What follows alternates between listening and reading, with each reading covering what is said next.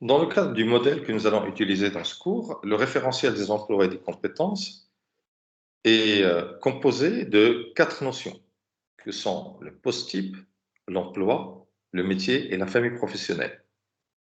Ces 4 notions structurent l'architecture du référentiel des emplois et des compétences, ou si vous voulez, structurent ce que nous appelons la cartographie des postes. Qu'est-ce que c'est que la cartographie des postes? C'est un schéma global qui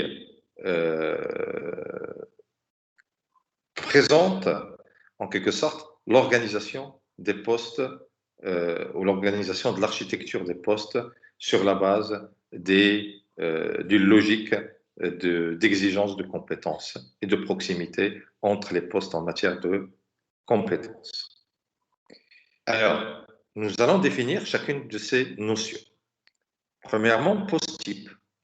C'est un ensemble d'activités et de responsabilités régulières, regroupées pour former l'unité de base de l'organisation du travail à un moment donné. Un post-type est défini indépendamment de son titulaire.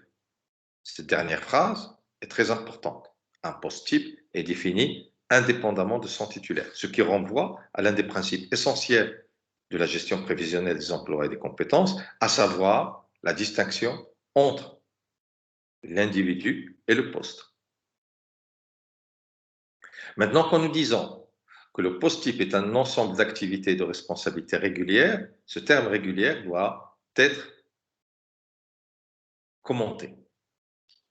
Quand nous disons régulière, cela signifie que ce sont des activités qui reviennent d'une manière récurrente dans la réalisation ou dans l'occupation du poste. Peu importe d'ailleurs la charge de travail que cela prend, que ce soit une charge de travail importante ou pas.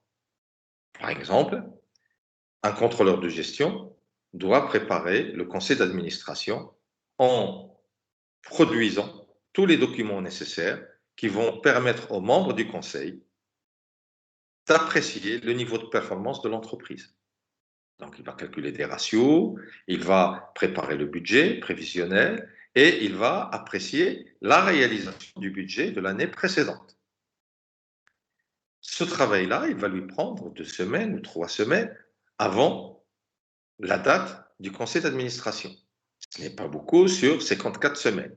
Mais pourtant, c'est une activité qui est très importante par sa régularité. Elle doit figurer dans la fiche de poste.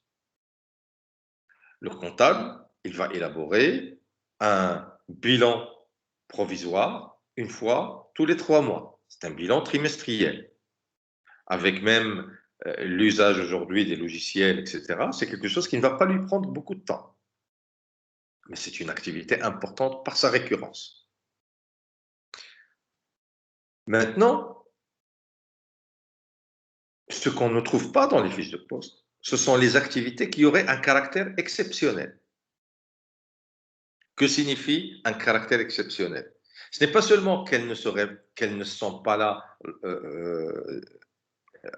j'allais dire, ou qu'elles ne prennent pas beaucoup, pardon, qu'elles ne prennent pas beaucoup de temps. Donc, elles n'entraînent pas une charge de travail importante. Non, ce n'est pas une question de charge de travail.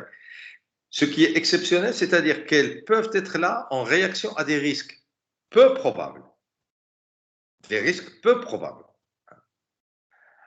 Par exemple, pour un salarié, si jamais il a à côté, il a le feu à côté de lui, ben, il va se mobiliser pour l'éteindre.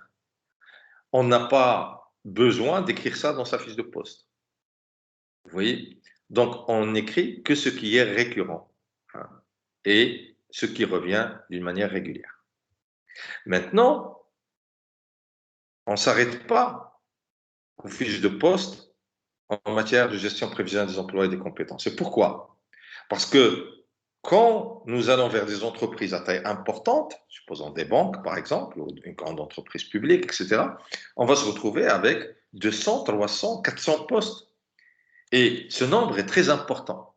Il ne nous permet pas d'avoir une vision claire sur toutes les activités de l'entreprise. Parce que vous savez, trop d'informations tue l'information. Donc, qu'est-ce qu'on fait? On agrège. on modélise, on fait des regroupements. C'est un peu ce qui se fait par exemple en analyse financière. Par l'agrégation, on passe par exemple du bilan comptable vers le bilan financier. C'est un travail d'agrégation. La même chose ici, on agrège, on passe des postes vers les emplois. Sur quelle base? Un emploi est un regroupement de postes suffisamment proches pour être gérés ensemble. Et l'emploi, d'ailleurs, l'intitulé même de la GPEC le montre, l'emploi est l'unité de base de la gestion prévisionnelle des emplois et des compétences. Alors, quand est-ce qu'on considère que deux postes appartiennent à un seul et même emploi, 3 ou 4 ou 5, etc. S'ils ont les caractéristiques suivantes. Premièrement, elles ont la même finalité, c'est-à-dire ils servent à la même chose, la même raison d'être. Deuxièmement, ils ont les mêmes exigences de compétences. Même finalité, même exigence de compétences, et on considère que c'est un seul et même emploi. Par exemple, on a un client fournisseur donc, qui traite comptablement les opérations avec les fournisseurs. On a un comptable client. Donc, comptable fournisseur et comptable client. Le comptable client traite les opérations, comptablement les opérations qui sont réalisées avec les clients. Et on a un comptable stock qui traite les opérations réalisées au niveau du stock. Les trois, ce sont trois postes différents, parce qu'ils ont des activités différentes. Mais puisqu'elles ont la même finalité, à savoir la régularité des écritures comptables, et qu'ils ont les mêmes exigences de compétences, tous, ils doivent avoir, les personnes qui occupent ces postes doivent, s'ils veulent les occuper, ils doivent avoir des compétences en comptabilité, en fiscalité, etc., etc. Eh bien, à partir de là, on va considérer qu'ils appartiennent à un seul et même emploi, qui est l'emploi de comptable. Bien. Maintenant, les emplois aussi, nous pouvons les regrouper en métiers. Alors, comment?